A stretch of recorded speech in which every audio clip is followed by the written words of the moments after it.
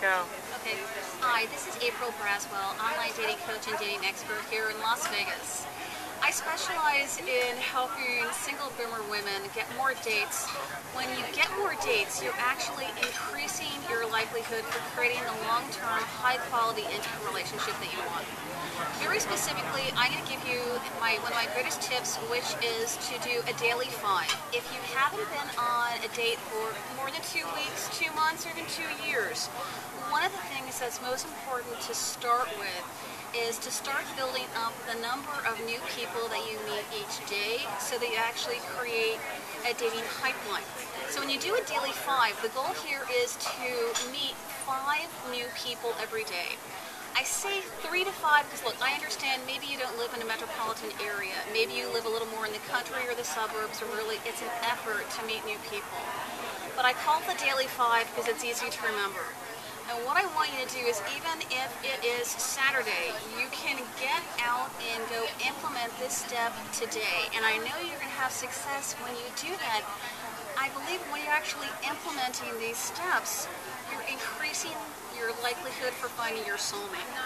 So you're going to get up this morning, you are going to shower, do your makeup, do light makeup, look good, do your hair, get up and get out. Saturday morning is actually a really good time. I don't know what it is about men, but it's a really good time to go be out in places. There are men who are up and out early in the morning on Saturday.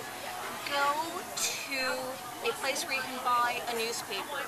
Go to a place where it is a store more than a newspaper stand, where there are people milling around and they're interacting with each other. There's a section where there's some magazines, there's a section where there's some newspapers, and what you want to do actually is mill around. Don't be in such a rush to get your newspaper and get out of there. What you want to do is look at the headlines. These are going to be your props. You want to look at some of the headlines. You want to pick up a magazine like The Economist and purchase that. Look at some of the headlines and just make some innocuous comment which is not too Democrat or too Republican, where you're just making a statement where anyone could respond to it. Something like, wow, the economy really is difficult, we really need a boost. Or, wow, Obama really is popular right now.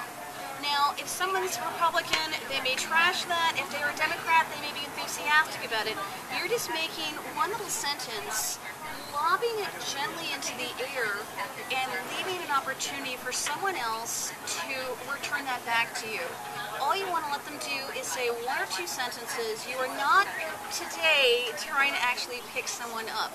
You're just practicing your interaction skills. You want them to say 1 or 2 sentences to you.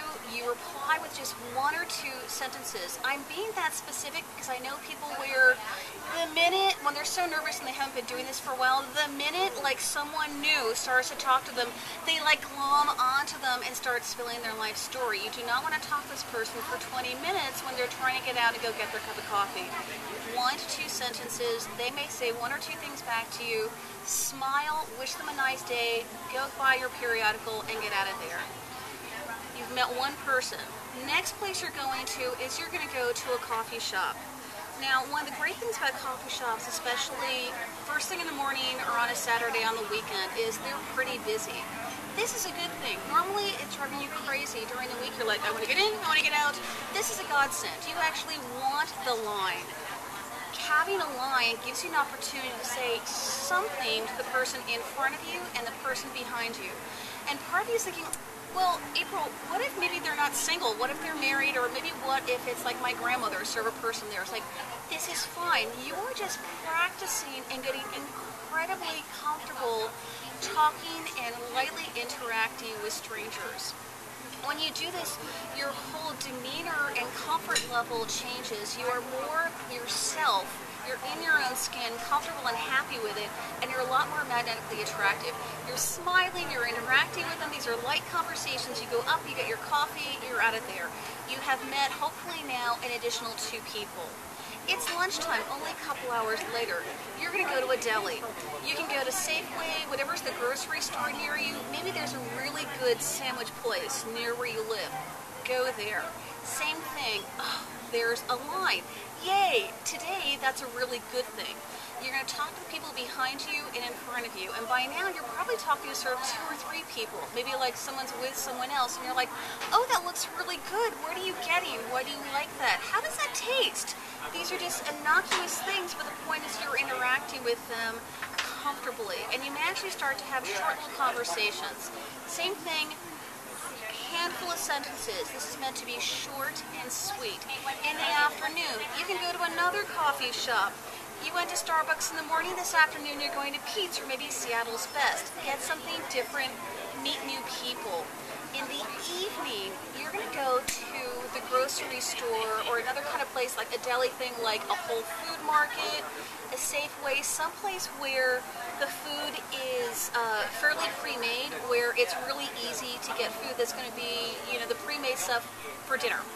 A lot of people who are single go to the grocery store between 5 and 7. And that's a great time to meet people who are single. And frankly, the singles are not necessarily the ones who are hanging out at the butcher trying to get 10 pounds of chops. They're over by the deli trying to get food where it's just kind of pre-made and I can go take this home with me. You're same thing, flirting, interacting. It is just, oh, what does that taste like? Oh, how is that? Do you like the chicken? Is it good here? Is that moist? Oh, I've never had that. What is it like?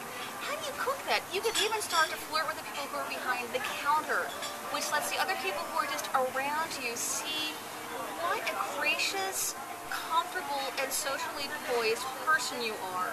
The ones who are attracted to you notice this. By the end of the day, today, you have met more than 5 new people. You should be able to do this, mix it up. Frankly, you can go to the same 5 sort of places for the next 5 days.